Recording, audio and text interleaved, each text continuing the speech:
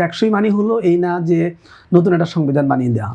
এখন যে প্রক্রিয়ার মধ্যে দিয়ে আপনি জনমতকে ঐক্যবদ্ধ করতে পারবেন, গ্রহণযোগ্য করতে পারবেন, সেটাই আমাদের কাছে টেকসই। টেকসই অর্থ এই নয় যে কোনো একটা গ্রুপ কী চাচ্ছে বা অন্য গ্রুপ কী চাচ্ছে তাদেরটাকে আমলে নেওয়া। টেকসই মানেই হলো জনতা কী চায়। তো জনতা যেটা চায় সেটা হলো মোটা থেকে সিনিয়র দুই আলোচক মান্না ভাই এবং প্রিন্স ভাইও বলেছেন জিনিসগুলো, অনেকগুলো কথা বলেছেন। বিশেষ করে আমার কাছে যেটা মনে হচ্ছে মান্না ভাই এই কথাটা খুবই ইম্পর্টেন্ট। আমি অনেকদিন ধরে বলছি, আইন করে যদি আপনি ফেসিবাদ কর্তৃত্ববাদ রুদ্ধ করতে পারতেন তাহলে ফেসিবাদের পতনে ঘটাতে পারতেন না। সংবিধানের 7 ক ধারা অনুযায়ী তো এই সরকারের গত সরকারের পতন ঘটানো রাষ্ট্রদ্রোহিতা, সংবিধানের পরিবর্তন করা রাষ্ট্রদ্রোহিতা।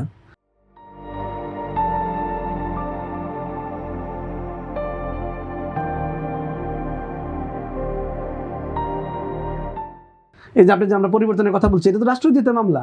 তো আমরা তো আইন করে কিন্তু কিছু করতে পারবেন না। বিষয়টা হলো আইনটাকে সামাজিকীকরণ করতে হবে। আমাদের এখানে সামাজিক যে গ্রহণযোগ্যতা, সামাজিকীকরণ মানে এই যে ইংল্যান্ডে যে কোনো আইনই নাই, অলমোস্ট কনভেনশনের মধ্যে দিয়ে চলছে, সেখানে কি কোনো সমস্যা হচ্ছে, কোনো ঝুঁকি তৈরি হচ্ছে? হচ্ছে না তো। যার যার মধ্যে করে গত 4 বছরে প্রায় 4টা-5টা প্রধানমন্ত্রী চলে গেছে, কেউ তো জেলে যায়নি, কারোর তো কোনো সমস্যা হয়নি, যার যার কাজে সে ফিরে গেছে। কারণ কি, তারা আসলে ঐতিহ্যটাকে মানে, কালচারটাকে মানে, কালচারটাকে তাদের কালচারের মধ্যে একটা গণতান্ত্রিক মূল্যবোধ তৈরি হয়েছে।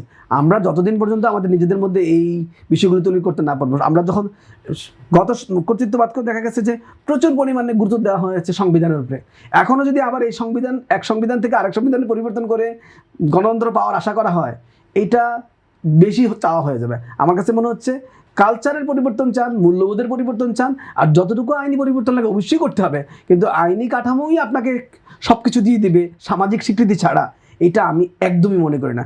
আর প্রিন্স ভাই যেটা বললেন স্থানীয় সরকার খুবই ইম্পর্টেন্ট, কিন্তু আমার একটা কথা যে স্থানীয় সরকারকে ক্ষমতায়ন করা আবার দেখা যায় না স্থানীয় মাস্তান তৈরি হয়ে যায় কিনা।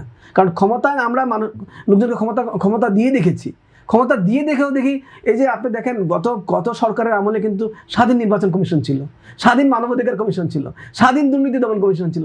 এই যে আওয়ামী লীগের সরকারের আমলে কি হয়েছে?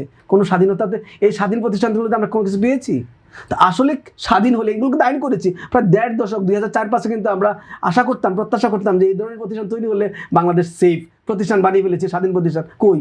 কিছুই তো হয় না, কর্তৃত্ববাদের সাক্ষী হলাম। তো আমার কাছে মানে এটা সিনিয়র আলোচক মানে মান্না ভাই যেটা বলছেন যে লিখে লিখে কিছু করে এইভাবে করে ওভাবে করে এইরকম মডেল আমরা অনেকে দাঁড় করাতে পারবো, কিন্তু মডেলেই আমাদেরকে শান্তি দেবে, মডেল করে আমরা সাকসেসফুল হয়ে যাবো, এটা একটা চ্যালেঞ্জিং।